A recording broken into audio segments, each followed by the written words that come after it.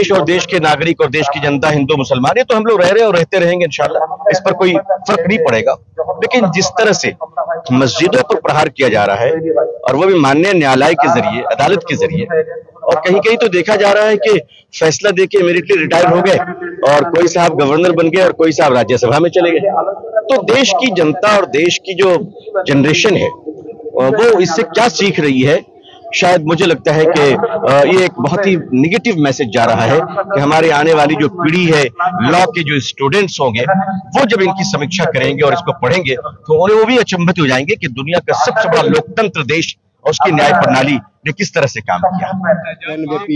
बहुत कुछ हो रहा है, इसके बारे में एक्चुअली हमें ये वाकई पूरे भारत के लोगों को ये बात अचंभित करती है कि कोर्ट के जरिए से जिस तरह का निर्णय लिया जा रहा है, ये न्याय प्रणाली और जो जुडिशरी सिस्टम है उस सिस्टम पर लोगों का भरोसा कमजोर हो रहा है। इसकी वजह कर रही बात के देश और देश के नागरिक और देश की जनता, हिंदू मुसलमान, ये तो हम लोग रह रहे और रहते रहेंगे इंशाल्लाह, इस पर कोई फर्क नहीं पड़ेगा।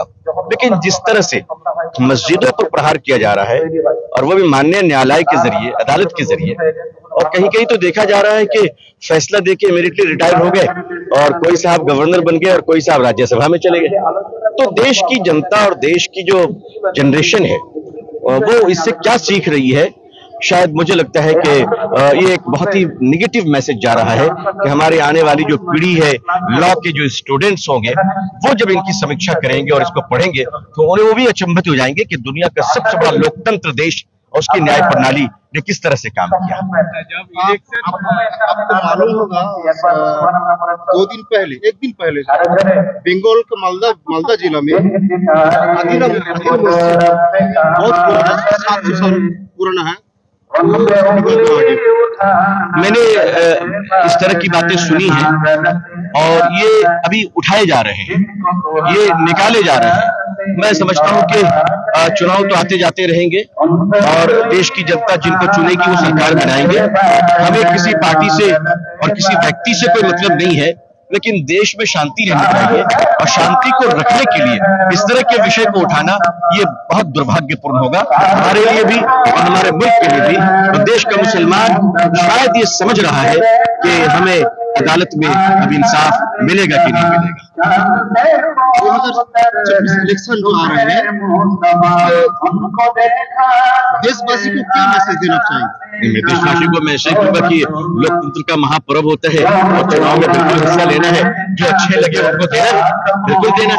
और मुसलमानों से भी यही कहूंगा कि आप देश के लिए वोट करें, देश के लिए वोट करें, जो देश के लिए अच्छा है वो हमारे लिए अच्छा है।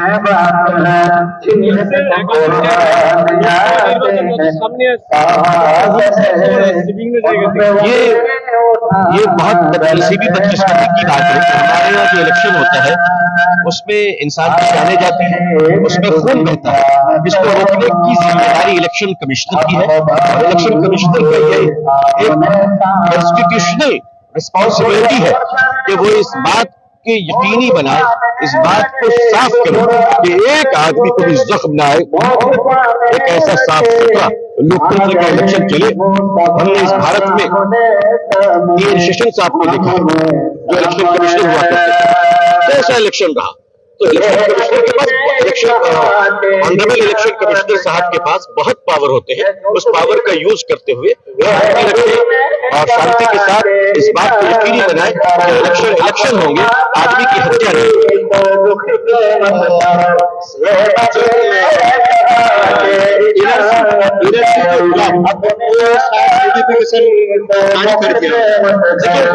दो तीन बातें भी हमारे सामने आई हैं। उत्तराखंड में यूनिफॉर्म सिविल कोड का बिल पास किया गया, जाहिर है कि वो बिल वोट प्रदान के सिवा कोई भी बिल आप लोगों से कंसल्ट किए बगैर तैयार करते हैं, इसमें आपकी नीयत पर शुबा होता है हमें। इसी तरह से एनआरसी की जो बात आ रही है, सीए की बात आ रही है, तो हम लोगों ने पहले भी इसको अपोज किया। आशा करते हैं कि हम सब देश के साथ रहेंगे। और दूसरा आपको शायद मालूम होगा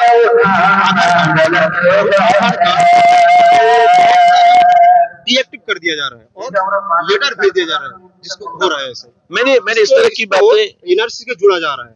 मैंने इस तरह की बातें सुनी है, लेकिन सरकार की तरफ से ऐसी कोई बात अभी तक स्पष्टीकरण सामने नहीं आया है, तो इसकी वजह से इस पर कोई टिप्पणी करना मुनासिब नहीं है। बहुत शुक्रिया।